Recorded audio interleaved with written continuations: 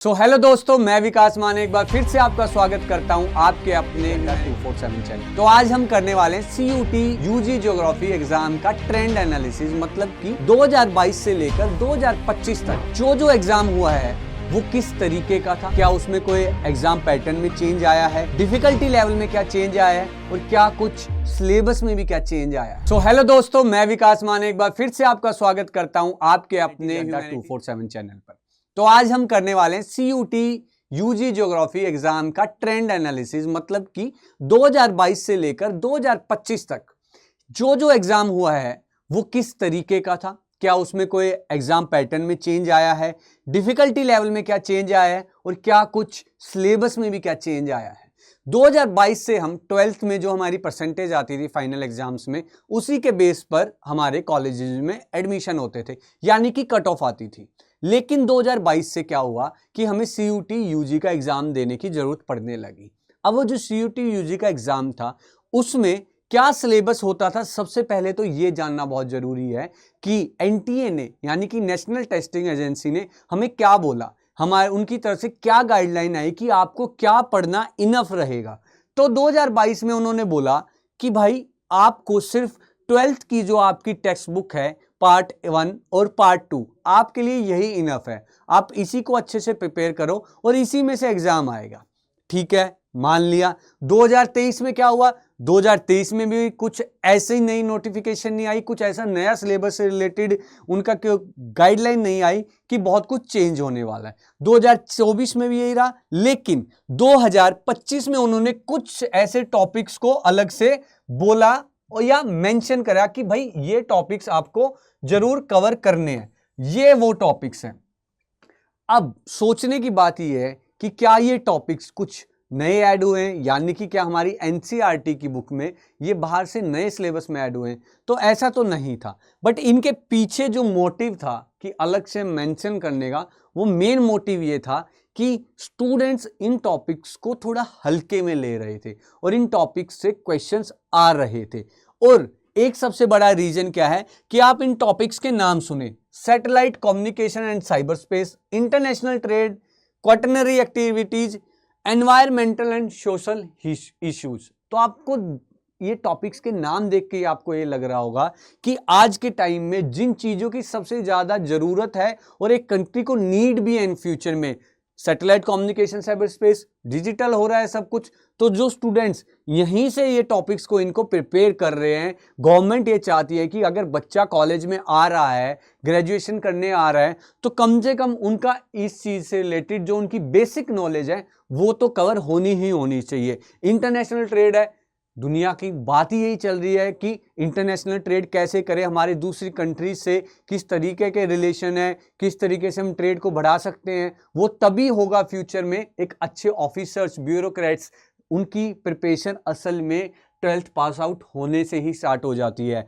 और environmental and social issues, ये भी बहुत एक इंपॉर्टेंट टॉपिक है। तो मेन अगर हम ये कहें तो गवर्नमेंट ये चाहती है कि बच्चा अभी से तैयार हो जाए कि इन फ्यूचर क्या उसको करना है, एक कंट्री उससे क्या एक्सपेक्ट करती है, कंट्री को कैसे ब्यूरोक्रेट चाहिए फ्यूचर में, वो इस तरीके के कि आपको ये टॉपिक्स अच्छे से कवर करने हैं।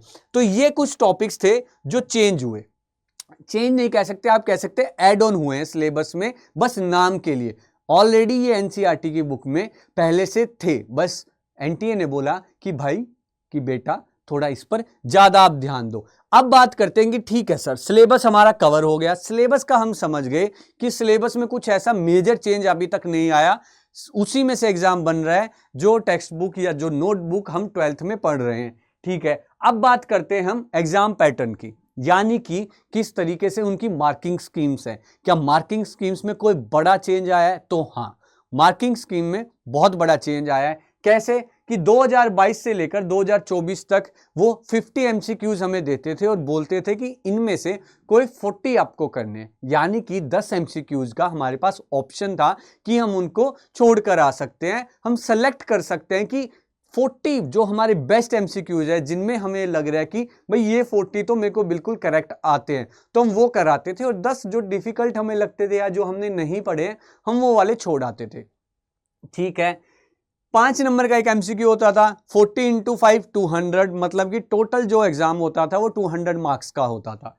फिर 1 मार्क नेगेटिव, यानी कि एक क्वेश्चन गलत होने पर 1 मार्क कटता था। और जो अनआंसर्ड होते थे, यानी कि जो हम 10 क्वेश्चन से ज्यादा अगर कोई हम खाली छोड़कर आए हैं कि हमने आंसर ही नहीं दिया कि भाई कहीं नेगेटिव मार्किंग ना हो जाए, तो उसमें आपका कोई नंबर नहीं कट होता था। 2025 में क्या हुआ? 2025 में एनटीए ने बोला कि नहीं, बहुत हुआ, ये जो हम इतने लीनियंट हो रहे थे, हम जो इतनी फ्रीडम हमने बच्चों को दी थी, अब नहीं देंगे। अब थोड़ा जो कंपटीशन का लेवल है हम उसे रेज करते हैं। कैसे उन्होंने रेज किया? उन्होंने 50 में से 50 क्वेश्चन कंपलसरी कर दिए। वो बोलते हैं कि भाई 50 क्वेश्चन है, 50 के 50 एमसीक्यूज आपको करने ही करने पड़ेंगे। नंबर वही रहा, 50 इंटू 5 250 मार्क्स का टोटल आपका एग्जाम हो गया। नेगेटिव मार्किंग पर वही 1 नंबर कट रहा है, और जो अनआंसर्ड है अभी भी उस पर कोई ऐसा नहीं नंबर कट हो रहा है कि भाई एनटीए कहीं, मुझे तो ये भी अब ये डर लग रहा है कि कहीं 2026 में वो ये ना बोल दे कि अगर आपने कोई क्वेश्चन अनअटेम्प्टेड छोड़कर आए तो कहीं उसमें भी आपके मार्क्स ना कट जाएं, 0.25 या 0.5 कि कुछ हो सकता है। अभी तक ऐसी कोई गाइडलाइन नहीं आई है, बार बार बोल रहा हूं, अभी तक ऐसी कोई गाइडलाइन नहीं आई है, कोई नोटिफिकेशन नहीं आया, बट क्या पता फ्यूचर में ऐसा हो सकता है, नहीं हो सकता। ठीक है, अब बात करते हैं इनके एग्जाम कहां कहां कैसे कैसे हम दे रहे थे अब तक। 2022 से लेकर और 2023, यानी कि 2 साल हमारा ऑनलाइन मोड पे एग्जाम हुआ कि ठीक है, हम इनके सेंटर्स थे, वहां पर जाकर हम सिस्टम पर बैठते थे और सिस्टम पे हम एग्जाम देते थे। लेकिन 2024 में क्या होता है कि ये हाइब्रिड कर देते हैं। हाइब्रिड कैसे? कि ऑफलाइन प्लस ऑनलाइन दोनों तरीकों से इन्होंने एग्जाम लिया। अब ये जो ऑफलाइन लेने का जो रीजन था, इसका एक बहुत बड़ा रीजन था। शायद कुछ बच्चों को पता है, बट शायद कुछ बच्चों को नहीं पता होगा। मैं आपको बता देता हूं। तो एनटीए का जो मेन मोटिव था हाइब्रिड करने का, वो मोटिव था कि ताकि जो रीच है इनके एग्जाम की वो हर लेवल तक, आप कह सकते हैं अर्बन लेवल तक तो थी, रूरल लेवल तक भी वो पहुंचनी चाहिए। कि जो बच्चों को ठीक है ऑनलाइन एग्जाम देने में प्रॉब्लम हो रही थी, उनके लिए हाइब्रिड मोड लाए और ऑफलाइन एग्जाम भी उनके लिए अवेलेबल करवाए कि आप ऑफलाइन दे सकते हैं।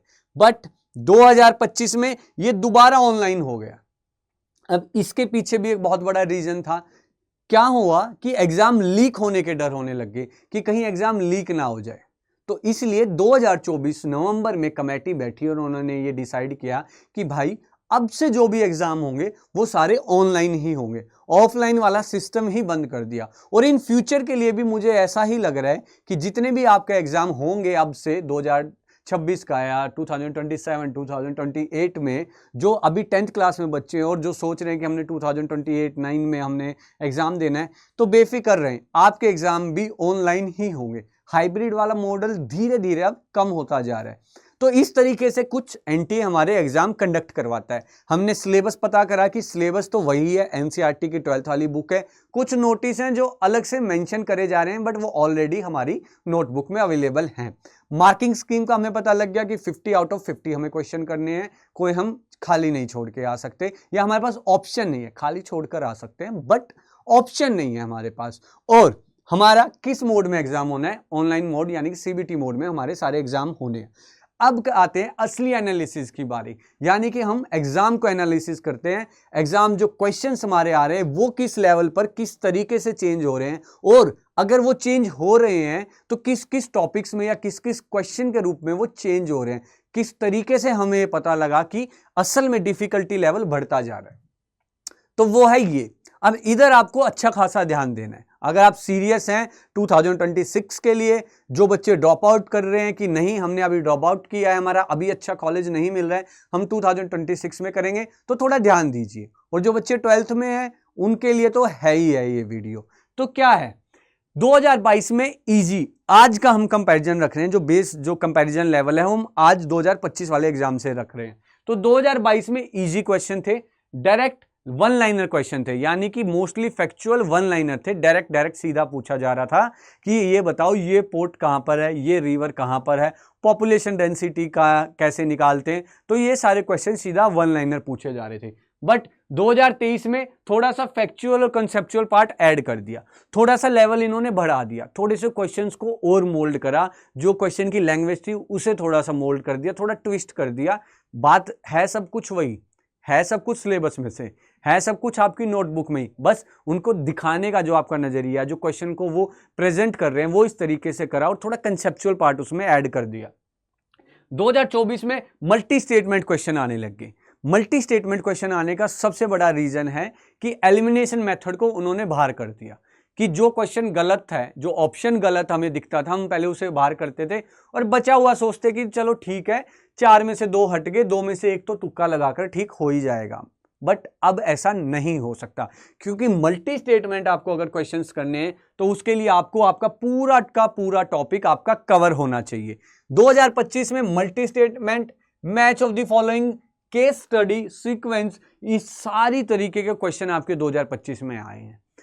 तो अब कहने की बात यह है सीधा सीधा कि आपका एग्जाम में रट्टाफिकेशन नहीं चलेगा। रट्टाफिकेशन आपको नहीं करना है, आपको अच्छे से अपना टॉपिक को समझना है, उसको अच्छे से एनालिसिस करना है कि अगर एग्जाम में इस तरीके का क्वेश्चन आया, मल्टी स्टेटमेंट क्वेश्चन आए या match of the following question आए, सीक्वेंस वाले अगर क्वेश्चंस आए, तो हम किस तरीके से उनका आंसर देंगे। हमें उस चैप्टर को, उस टॉपिक को भी उसी तरीके से कवर करना है, रट्टाफिकेशन नहीं करना, क्योंकि रट्टाफिकेशन अगर आप करें तो बहुत अच्छे से तगड़े लेवल पर कंफ्यूज हो जाओगे एग्जाम में। आपको लगेगा कि ये तो मैंने पढ़ा था, ये तो मुझे आता था, लेकिन सडनली आप उसका आंसर नहीं दे पाओगे, क्योंकि क्वेश्चन को इसी तरीके से फ्रेम किया जा रहा है। अब बात करते हैं कि कौन से क्वेश्चन कितने आ रहे थे, मतलब जो उनका क्वेश्चंस का स्टाइल है, मैच ऑफ द फॉलोइंग है, सीक्वेंस वाइज क्वेश्चन है या केस स्टडीज हैं, वो कितनी आ रही थी और आज के लेवल में कितनी आई हैं 2025 में।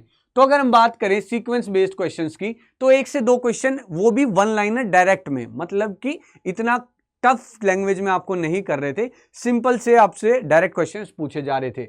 बट वहीं 2023 में इसका लेवल बढ़ा, 2024 में इसका लेवल बढ़ा और 2025 में तो टाइमलाइन बेस्ड और लोकेशन बेस्ड हर तरीके के एमसीक्यूज इसमें आने लग गए।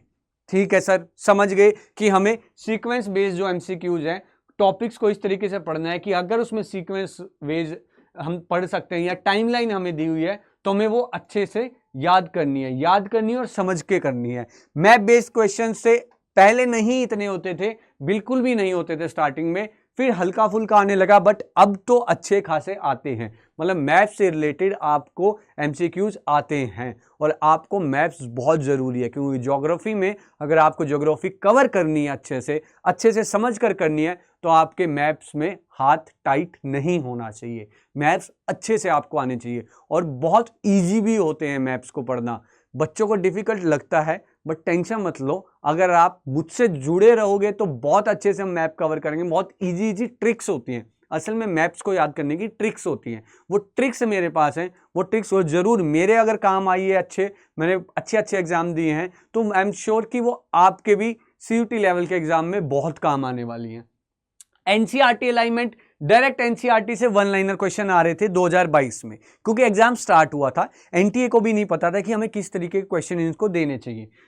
2023 में NCERT बेस्ड आने लगे, 2024 में NCERT based plus applied concept आने लगा और 2025 में NCERT plus higher order application. Higher order application का मतलब है कि उसी टॉपिक में आपको हायर लेवल की थिंकिंग की जरूरत पड़ने लगी, कि अच्छे खासा आपको सोचने पड़ा। ये नहीं कि डायरेक्ट जो बुकिश लैंग्वेज होती है, जो बचपन में हम स्कूल्स में पढ़ते हैं कि डायरेक्ट बुकिश लैंग्वेज है, वो हमें नहीं अब इसमें करना। अब हमें उससे अलग सोचना है कि एग्जामिनर क्या पूछ सकता है इस पर्टिकुलर एक लाइन में से, इस तरीके से कि जो डायरेक्ट बुक में ना दिया हो। मालूम है थोड़ा मुश्किल होता है, टाइम लगता है वो चीज़ों को समझने के लिए, बट हम किस लिए हैं? हम आपके लिए ही हैं। हम इसीलिए यहाँ पर हैं ताकि जो ये सारी प्रॉब्लम्स आपको फेस करनी पड़ रही हैं, ये फ्यूचर में आपको फेस ना करनी पड़े और 2026 में आपका एग्जाम अच्छे मार्क्स से क्लियर होना चाहिए। ठीक है, टॉपिक्स विद हायर डिफिकल्टीज, मतलब ऐसे टॉपिक्स जिनमें डिफिकल्टी लेवल अच्छा खासा रहता है और वो टॉपिक्स हमें अच्छे से कवर भी करने हैं। कौन से 2022 में जो थोड़ी बहुत डिफिकल्टी लेवल था जिन टॉपिक्स में थी, वो थी पॉपुलेशन ग्रोथ और रिसोर्सेज में, मतलब इन 2 टॉपिक में जो डिफिकल्टी लेवल था थोड़ा सा बढ़ा हुआ था। 2023 में ट्रांसपोर्ट एग्रीकल्चर आया, 2024 में ह्यूमन डेवलपमेंट और अर्बनाइजेशन आया। ह्यूमन डेवलपमेंट और अर्बनाइजेशन। ह्यूमन डेवलपमेंट हमारी पार्ट 1 में भी है और पार्ट 2 में भी है, तो दोनों के चैप्टर को मिला के ही मैं ह्यूमन डेवलपमेंट का बात बोल रहा हूँ। Cultural geography, migration and planning. अब पार्ट 1 और पार्ट 2 जो बुक है वो मोस्टली एक ही बुक है, मैं तो उसे एक ही मानता हूं। बस क्या है उसमें, पार्ट 1 में हम वर्ल्ड लेवल पर बात कर रहे होते हैं, दूसरी बुक में हम क्या कर रहे होते हैं, इंडिया के लेवल पर बात कर रहे होते हैं, बट जो मेन कंसेप्ट्स रहते हैं वो कंसेप्ट सेम ही रहते हैं। तो उसकी टेंशन मत लो कि हमें दो दो बुक को कवर करना पड़ेगा, उसमें कुछ हमें नया देखने को मिलेगा, ऐसा कुछ नहीं है। बहुत सिंपल है, बहुत इजी है, बल्कि 11th की मैं ये मानता हूँ कि थोड़ी बहुत टफ हम मान सकते हैं, कंसेप्चुअल पार्ट ज़्यादा है, पर 12th बहुत इजी है, बहुत अच्छे से समझेंगे। और सेंस ऑफ ह्यूमर मतलब कॉमन सेंस वाले बहुत सारे टॉपिक्स हैं, बहुत इजीली हम तरीके से कवर कर लेंगे। ठीक है, अब ये तो सारी वो चीज़ें थी जो हमने प्रॉब्लम फेस करी हैं, और 2026 में भी हम ये प्रॉब्लम फेस करेंगे। बट बात आती है कि सर सॉल्यूशन क्या है इसका, तो भाई सॉल्यूशन है ये 5 चीजें। ये 5 चीजें तो आपको जरूर हर हालत में करनी ही करनी है। क्या? Master NCERT class 12th volume 1 and 2, मतलब कि दोनों एनसीईआरटी की बुक कवर करनी है। ठीक है, ये तो मैंडेटरी है। Focus on high weightage chapter, focus रखना है उन चैप्टर्स पर जिनमें ज्यादा एमसीक्यूज आ रहे हैं, उन चैप्टर्स को सबसे पहले हमने कवर करके चलना है, उनको तो बिल्कुल पक्का कर कर ही चलना है, क्योंकि मैक्सिमम मार्क्स हम उन्हीं टॉपिक से लेकर आएंगे।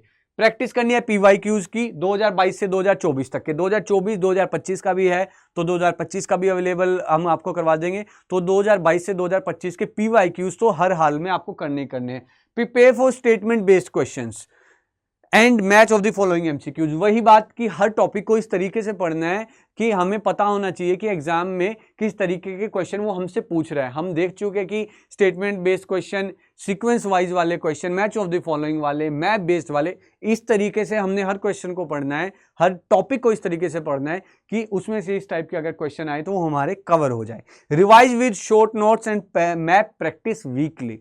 नोट्स आपको बना के रखने हैं और जो मैप्स हैं उनकी रेगुलर लेवल पर प्रैक्टिस करनी है। आपको ट्रिक्स मैं जरूर बता दूंगा कि किस तरीके से इजी हो जाता है, बट प्रैक्टिस फिर भी करनी आपको पड़ेगी। बार बार प्रैक्टिस करोगे तो उतना ही आपको अच्छे वो चीज़ें कवर होंगी और बहुत अच्छे से आपको याद होंगी। ये 5 बातें अगर आप कर लेते हो तो मैं आपको गारंटीड कह सकता हूं कि ये 5 बात कर आप कवर मतलब इसको फॉलो करोगे तो आप 2026 में आपको एक चीज सुनने को मिलेगी, और वो चीज है ये कि congratulation you are selected for CUET UG geography 2026। मतलब कि आपको ज्योग्राफी आपकी 2026 में आपको कॉन्ग्रेचुलेशन मिलनी पक्की है, अगर आप बिल्कुल मेरे बताए तरीके पर अगर आप फॉलो करोगे और अच्छे से इन सारे टॉपिक्स को कवर करोगे। और ये टॉपिक्स कैसे कवर करोगे, खुद तो कवर करना बहुत मुश्किल हो जाएगा ना, तो उसके लिए भी मैं सॉल्यूशन लेकर आया हूँ। ये मेरा टेलीग्राम का लिंक है, ठीक है, आप इसको स्कैन करो, इस पे आप सब्सक्राइब करो और मेरे साथ बने रहो। हमारा जो अगला 1 साल का ये सफ़र है, इस सफ़र में मैं आपके साथ हर कदम पे आपका साथ दूंगा। किसी भी तरह की आपकी डिफिकल्टी क्यों ना हो, सारी डिफिकल्टी सॉल्व होंगी। आपको नोट्स प्रोवाइड होंगे, आपको एमसीक्यूज प्रोवाइड होंगे। हम सेशन भी रखेंगे, लाइव सेशन रखेंगे, जिसमें आपकी अगर कोई प्रॉब्लम है, आपको किसी टॉपिक में प्रॉब्लम आ रही है या आपको कुछ और प्रॉब्लम है, हम वो भी सॉर्ट आउट करेंगे। मतलब कि ऑल ओवर आपके साथ हम पूरे साल बने रहेंगे, चाहे दिन हो चाहे रात, 24/7 यही हमारा मोटिव रहता है कि स्टूडेंट को 1 सेकंड के लिए भी ऐसा फील नहीं होना चाहिए कि वो अकेला है और वो किसी प्रॉब्लम में है। हम हर टाइम आपके साथ अवेलेबल रहेंगे। ठीक है, खुश हो गए अब? हाँ, खुश आपको जरूर रहना है। खुश रहोगे तो सब कुछ आपका क्लियर हो जाएगा। तो ये टेलीग्राम का चैनल है, आप इसको सब्सक्राइब करें। यूट्यूब पर हमारी रेगुलर लाइव वीडियोस आ रही हैं, आप लाइव वीडियोस में बने रहे। हम टॉपिक कवर करवा रहे हैं, 12th के भी और 11th के भी, दोनों ज्योग्राफी के टॉपिक कवर करवाए जा रहे हैं। और बस ऐसे ही अपना साथ में साथ बनाए रखें। आज के लिए बस इतना ही, नेक्स्ट वीडियो में हम बहुत जल्द मिलेंगे।